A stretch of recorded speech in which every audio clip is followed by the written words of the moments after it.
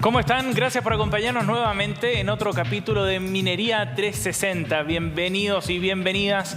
Junto a Isidora Cabezón estaremos junto a ustedes en la edición de hoy. ¿Cómo estás, Isi? Buenos días, buenas tardes, buenas noches. ¿Ah? Aquí estamos. Ad hoc con la pandemia. Exactamente. Vamos a comenzar a revisar los temas. Tenemos un capítulo muy interesante, muy entretenido también, con temas de la contingencia de la industria minera. Vamos a estar hablando, por ejemplo, de lo que ha ocurrido en una de las últimas exposiciones importantes en la industria, donde el foco estuvo puesto principalmente en la innovación de la minería. Y también hablaremos del rol de la industria del potasio en Chile y en el mundo. Así es, tendremos un programa muy variado. Hablaremos también del estaño y el rol que tiene en la industria de la producción de latas en conserva. Y tendremos una muy interesante conversación con el subsecretario de Minería, Billy Kraft, quien estará aquí con nosotros en el estudio para hablar sobre el cierre de la Fundición Ventanas, el royalty minero, la Empresa Nacional del Litio, en fin, una gran cantidad de temas que queremos conversar con él. De eso y mucho más estaremos conversando en esta edición. Bienvenidos a la minería como nunca antes la han visto en Minería 360. Sin lugar a dudas, quienes se llevaron todas las miradas en la reciente Exponor 2022 fueron las startups chilenas. Innovaciones mineras en ámbitos tecnológicos y sostenibles, por ejemplo, que buscan convertirse luego en proveedoras y vienen a solucionar además problemas importantes, desafíos de largo plazo para la industria.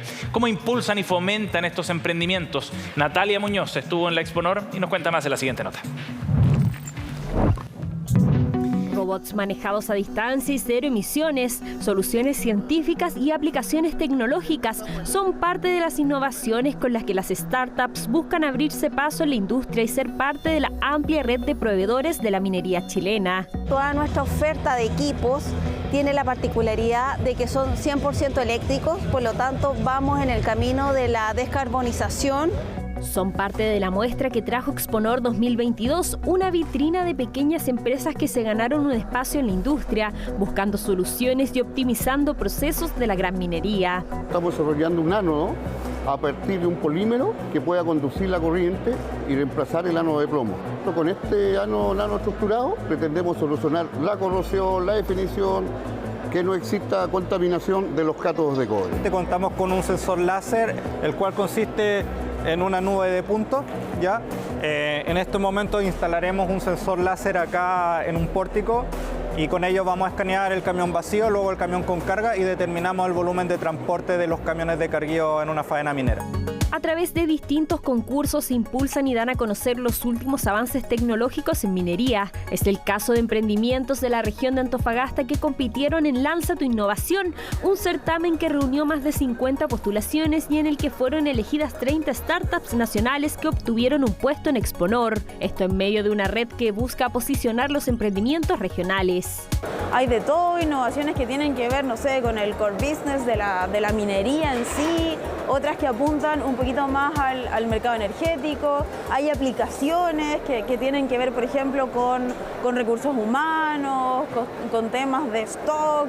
La verdad es que es bien variado y bien interesante también para el mercado. El objetivo de Red Pronorte es que primeramente se vea a nivel local y después puedan salir a otros sectores. Esto ha sido una experiencia súper virtuosa, estamos trabajando este año, ya tenemos más de 400 empresas inscritas y esperamos tener un número mucho mayor. Pero el fomento a los emprendimientos no es solo local, sino también internacional. En una alianza con Alemania se conocieron las innovaciones a través de distinciones y concursos con pequeñas y medianas empresas. Este año la startup Grupo Tus Máquinas fue una de las ganadoras. Somos una mezcla de un Uber, una fintech de maquinarias. Le damos la opción a todas las empresas, contratistas, mineros y de construcción, encontrar en un lugar más amplio toda la oferta de máquinas y después poder colocarlas a trabajar. Todos los años nosotros, así, yo creo que ya vamos por los 20 años, llamamos a empresas socias de la Cámara a postular en diferentes categorías. Siendo una Cámara alemana en Chile, un país minero, por razones obvias tú encuentras muchas empresas socias nuestras que están vinculados a la minería. Por parte de la gran minería se lanzó Open Codelco, una instancia que busca conectar el ecosistema de innovación en una plataforma para obtener una licencia de desarrollo, uso, fabricación y comercialización de patentes intelectuales. Va a ser un espacio donde los proveedores y startups y emprendedores nos van a poder presentar sus propuestas de solución y donde también nosotros vamos a ir publicando y posteando periódicamente los desafíos que estamos enfrentando. Beneficios mutuos en una relación simbiótica que demuestran una vez más la importancia de los proveedores en la industria para enfrentar los problemas de ahora y el futuro.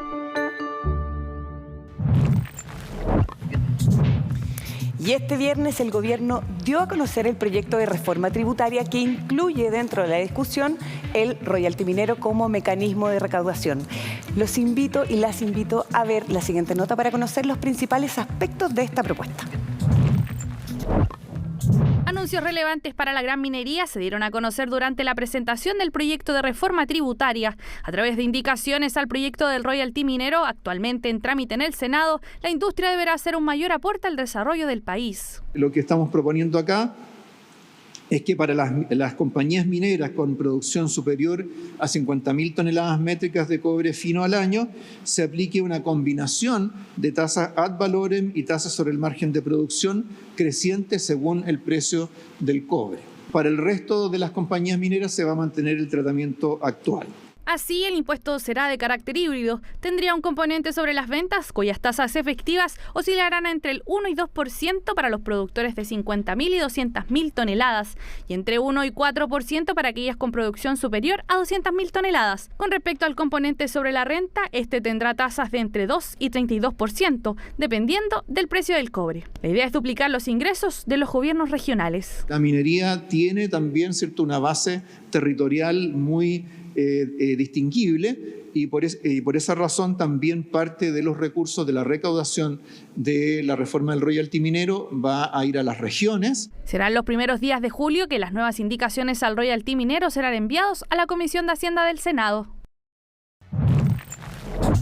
Si bien Chile busca ser líder en la industria del litio, existe otro mineral que se extrae junto con el litio y es el potasio. Estamos hablando de un mineral fundamental para la agricultura, específicamente para la industria de los fertilizantes. Vamos a conocer en la siguiente nota de Javier Albornoz cómo es que se produce el potasio en nuestro país y en el mundo. ¿Qué une a las siembras de este campo, la cerámica de esta casa y los fuegos artificiales? Un elemento químico que se produce en nuestro país. Hablamos del potasio.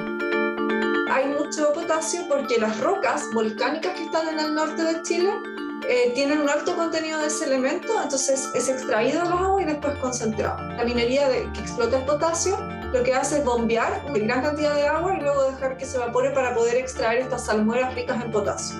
Si bien tiene un rol relevante dentro de la industria agrícola por ser un componente clave en los fertilizantes, solo se considera como subproducto del litio. Solo que como su valor no es tan alto, no tiene una producción tan importante como la del litio. El litio es más importante y el potasio viene como un subproducto, por así decirlo. Históricamente, el potasio tuvo su auge en el país durante el siglo XIX como parte de los depósitos de salitres y su uso se daba en torno a la pólvora. Sin embargo, sus niveles permanentes de producción radican en su rol en la agricultura. Si miras la población mundial en la actualidad, está creciendo y la realidad es que necesitamos más comida para alimentar a esas personas con menos tierra cultivable. El potasio es un ingrediente central en la fabricación de fertilizantes en todo el mundo.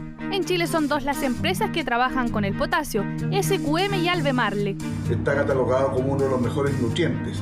Ha ido creciendo los últimos años. En el año 2016 tuvimos el pic de producción y luego tuvimos un decrecimiento, pero finalmente hemos recuperado los niveles de producción. Pero este producto tiene importantes reservas en otras partes del mundo y BHP apostó por ello. Decidimos como compañía hacer una inversión de $5,7 mil millones para comenzar el proyecto Jansen de Saskatchewan, Canadá. Jansen será una mina de 4 millones de toneladas al año y que esperamos comience su producción en 2027, quizás antes, si tenemos suerte. En el contexto de la guerra entre Rusia y Ucrania y sus implicancias en el suministro global, la industria ha cambiado y se han debido acelerar muchos proyectos. Junto con ello, la compañía ve prioritarias las inversiones por su necesidad de la agricultura. Es usado para aumentar la productividad de los cultivos. Lo que encuentras en el potasio es que es bioamigable, no tiene emisiones y puede ser usado básicamente para aumentar la productividad de los cultivos en todo el mundo. Este proyecto de BHP se sitúa en Saskatoon, Canadá, que tiene las cuencas de potasio más grandes del mundo. Si bien existen yacimientos de similares condiciones en Rusia y Bielorrusia, en el contexto de la guerra, Canadá se consolida como un polo de desarrollo para una producción sostenible de este producto. En Canadá somos capaces de extraer el potasio y refinarlo con mucha menos agua que en otras partes del mundo. Puedes producir potasio en otras áreas, pero no será igual de productivo y por lo tanto a menor costo, lo que es mejor para el mundo, sobre todo en términos de elaborar comida a un costo más barato. Esta mina de potasio tendría la capacidad de producir alrededor de 4,2 millones de toneladas al año en su primera fase y 17 millones de toneladas al llegar a su cuarta fase, pudiendo responder al 25% de la demanda mundial de este producto. Vemos al potasio como parte de nuestra fase futura de los productos básicos. Estamos buscando encontrar productos que ayuden realmente al planeta a moverse hacia un mundo descarbonizado, donde seamos más eficientes en términos de cómo usamos la energía, el agua y de hecho conocer las demandas de este mundo que avanza. Son las características de un elemento que se produce en Chile, siendo estratégico a la hora de generar los alimentos del mundo. Bien, nos vamos a ir a una pausa, pero antes de eso les adelantamos que en el siguiente bloque estaremos conversando en nuestra entrevista del día de hoy con el subsecretario de Minería, Billy Kraft, sobre hartos temas que están en la contingencia, el cierre de ventanas, el royalty minero también que se va a discutir en el Congreso y la nueva empresa nacional del litio, entre otros temas. Muchos temas, así que no se pierdan, sigan con nosotros aquí en CNN Chile, en Minería 360.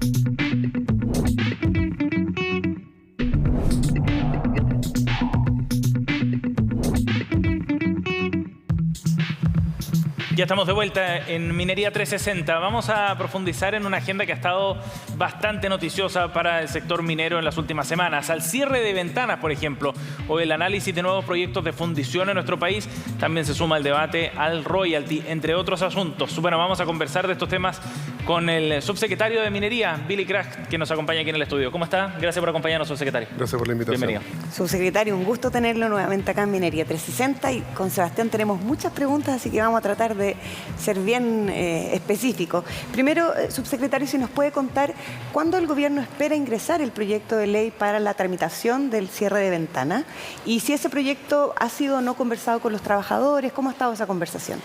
Ha habido una conversación con los trabajadores, ha habido un par de reuniones ya con ellos, donde se están discutiendo los detalles y el proyecto debería ingresar en las próximas semanas. Estamos hablando de unas 2 o 3 semanas más.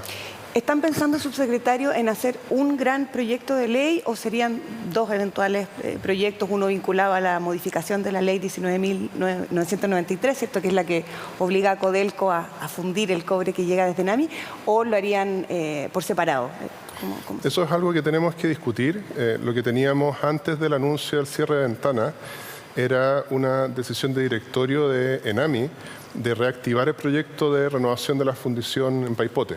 Claro. ¿Ya? Pero ahora, con el cierre de ventanas, se configura un escenario que es un poquito diferente y lo que nos toca ahora es iniciar o echar a andar una discusión técnica que nos indique qué es mejor, si tener una gran fundición en la que podría participar Codelco y eventualmente también ENAMI, operada por Codelco, y eso es algo que hay que discutirlo en realidad, o si podría haber 2 nuevas fundiciones, una de Codelco y otra de ENAMI.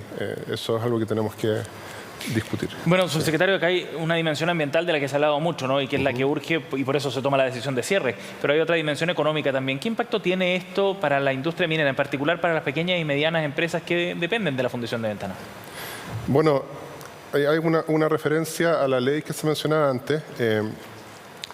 Cuando ENAMI le traspasa la fundición de ventanas a Codelco, Codelco queda con la obligación de fundir en esa operación el material que le entrega ENAMI. Claro. Se hace referencia específico, además. Se hace referencia específico. Entonces, lo que se busca ahora, y de hecho en la discusión de este proyecto de ley de modificación legal, es darle mayor flexibilidad a Codelco de modo tal que pueda fundir en otras operaciones, en otras de las fundiciones de Codelco. O sea, mantener ese compromiso, pero a través de otras fundiciones. Mantener el compromiso con mayor flexibilidad, pero que siga atendiendo de esa manera, a través de NAMI, a la pequeña minería. Ajá. Y desde ese punto de vista, ¿sería conveniente que lo hiciera Codelco acá en Chile o pudiera eventualmente hacerlo afuera?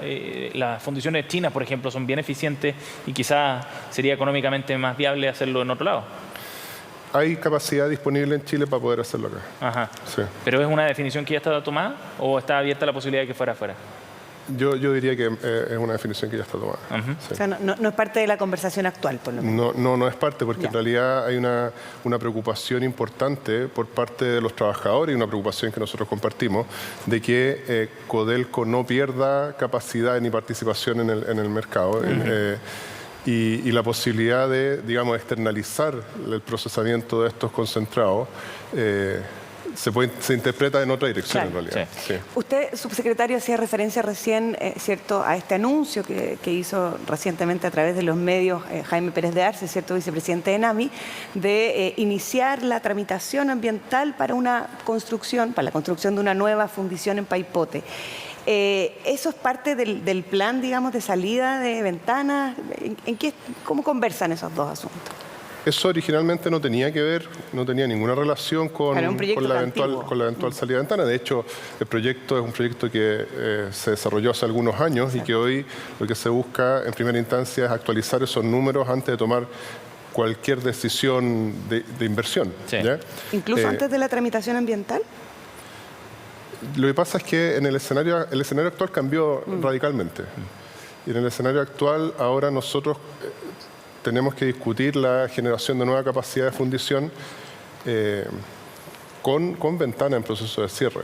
Entonces hay que valorar un escenario que ya no es independiente de NAMI o independiente de Codelco. Hay que mirarlo como un conjunto, manera más global. De manera más global. ¿Pero eso significa que podría acelerar los plazos entonces para Paipote? En realidad significa que está dentro del mapa, por lo menos de toma de decisión. Sí, ¿no? Yo no sé si tiene algún efecto sobre los plazos, pero es una posibilidad real tener una nueva fundición en Paipote que tiene que ser discutida al mismo tiempo que vemos qué es lo que pasa con la nueva fundición Codelco. Sí. Hablemos también, subsecretario, de lo que se está discutiendo respecto al royalty minero. Es una discusión que viene desde hace mucho tiempo, está en el Senado en trámite un proyecto, efectivamente, pero me gustaría saber y conocer cuál es la definición del gobierno sobre este tema respecto a la fórmula en particular. Acá hay varios componentes y puede ser un poco técnico, pero ¿qué fórmula podría dejar satisfecho al gobierno desde el punto de vista de la discusión sobre el royalty? Y entendiendo el valor simbólico que tiene el royalty, ¿no?, que es distinto a un impuesto específico. Sí, lo que nos interesa a nosotros es que haya un impuesto que nos permita recaudar más, pero que a la vez sea eficiente. Y ahí eso implica tener una estructura que nos permita que dé cuenta de la heterogeneidad en estructura de costos que tiene la industria. Claro, no es lo mismo para una pequeña que para una grande. Claro. No solo el tamaño, sino que también sacar una libra de cobre del cerro A o del cerro B tiene costos distintos. Los costos de producción. Los costos de producción. Entonces, desde esa perspectiva, uno no podría pensar en una cifra, una tarifa que es pareja para todos, porque sería poco eficiente, porque por un lado podría ahogar a algunos productores y por el otro dejar mucho espacio de recaudación posible en aquellos casos donde digamos, los costos son bajos. Claro. Entonces, desde esa perspectiva, lo que se propone es un componente tipo ad valorem, que es parejo para todos, y sobre eso otro componente que está indexado al margen. Ajá, de acuerdo a la realidad de cada uno de los productores. Y eso da cuenta de la realidad de cada uno y lo hace más eficiente. Sí. Subsecretario, y respecto a este mismo proyecto, ¿de qué forma está contemplado en este proyecto no eliminar ciertos incentivos también en la industria, ¿no? El establecer impuestos tiene efectos, por supuesto, en quienes toman decisiones de inversión y en un contexto en el que se necesita mucha inversión minera también en Chile. Sí, bueno, eso es parte eso está en los criterios de diseño. Lo que nos interesa a nosotros es aumentar la recaudación. Entendemos que hay consenso en que es posible hacerlo, pero que eso no implique vulnerar la actividad en el mediano o largo plazo. Sería, digamos, sería bastante miope de parte del legislador generar una estructura de impuestos o de royalty en este caso, que recaude mucho ahora, pero que ponga en riesgo el desarrollo futuro. Claro, y que recaude poco a futuro. Sí. Lo último que queríamos conversar con usted, subsecretario, aprovechando su visita, es cómo va el proyecto de la creación de la Empresa Nacional del Litio, que es otro proyecto que está en el programa de gobierno bien relevante para una industria y un sector específico de la minería, sobre que hay muchas expectativas también. Sí, nosotros estamos avanzando en definir bien la institucionalidad.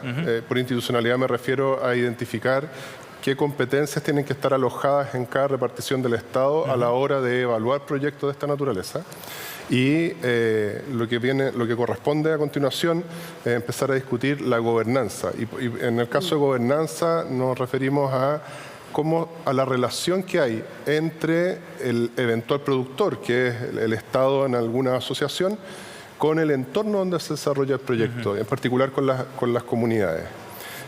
Mientras avanzamos en esto, de todos modos están avanzando los proyectos de Codelco y de Enami en desarrollos de litio, que es una cuestión que nosotros hemos dicho que nos parece bien que ocurra, porque al final de este camino, cuando ya tengamos la Empresa Nacional del Litio, esperamos que esas competencias y esas capacidades que se hayan desarrollado con las respectivas asociaciones que hayan encontrado, se traspasen a la Empresa Nacional del Litio. Sean absorbidas por esta nueva empresa. ¿Y tienen algún timing? ¿Existe algún timing para esto? ¿O?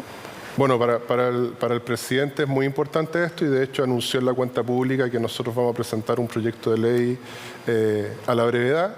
Ahora, los plazos están un poco condicionados por el diálogo que nosotros podamos establecer con las comunidades. Entonces esperamos que ese a la brevedad corresponda a algún momento del segundo semestre para iniciar la discusión, la discusión de la creación formal de la empresa. Y ahí hay un trecho hasta la creación de la empresa en sí misma. Subsecretario, gracias por haber venido a Minería 360. Muchas gracias. Muchas gracias. Bien, vamos a ir a otro tema. La aleación es una mezcla de dos o más metales o elementos no metálicos cuando juntamos el cobre y el estaño y formamos el bronce, un metal que ha permitido un enorme avance de la humanidad desde sus inicios. Pero, ¿qué tiene que ver esto con las latas de conserva ahora? Es lo que vamos a ver a continuación. La famosa lata de sopa que inspiró a Andy Warhol debe su existencia a un metal llamado estaño. De aspecto gris, plateado, maleable y muy resistente a la corrosión, este metal se encuentra en la naturaleza en el mineral de la casiterita. Aunque el estaño, en aleación con el cobre, dio inicio a la llamada Edad de Bronce, el 3000 a.C., y fue crucial en el desarrollo de la humanidad, su uso el siglo XIX en la industria conservera generó una revolución. El hierro de las latas recubiertos con estaño evitaban la corrosión y permitió conservar la calidad de los alimentos y disponer de ellos durante todo el año. Fue Brian Duncan quien perfeccionó el enlatado, generó una industria en 1812 y su hazaña es hoy parte del Museo de Ciencias de Londres. El uso del estaño es la forma tradicional de hacer latas de conserva, pero hoy también se ha incorporado el aluminio, sobre todo en latas de bebidas porque es más ligero, fácil de abrir y su proceso de reciclaje es más simple. Ya hemos llegado al final del episodio de hoy. Muchas gracias por acompañarnos aquí en Minería 360 y los dejamos invitados e invitadas a que nos sigan a través de las plataformas digitales de CNN y se sigan informando sobre la industria minera en nuestro país. Claro, del capítulo de hoy día y de los anteriores también. Gracias por acompañarnos. Vienen más informaciones acá en CNN Chile. Nos vemos en un próximo capítulo. Chao.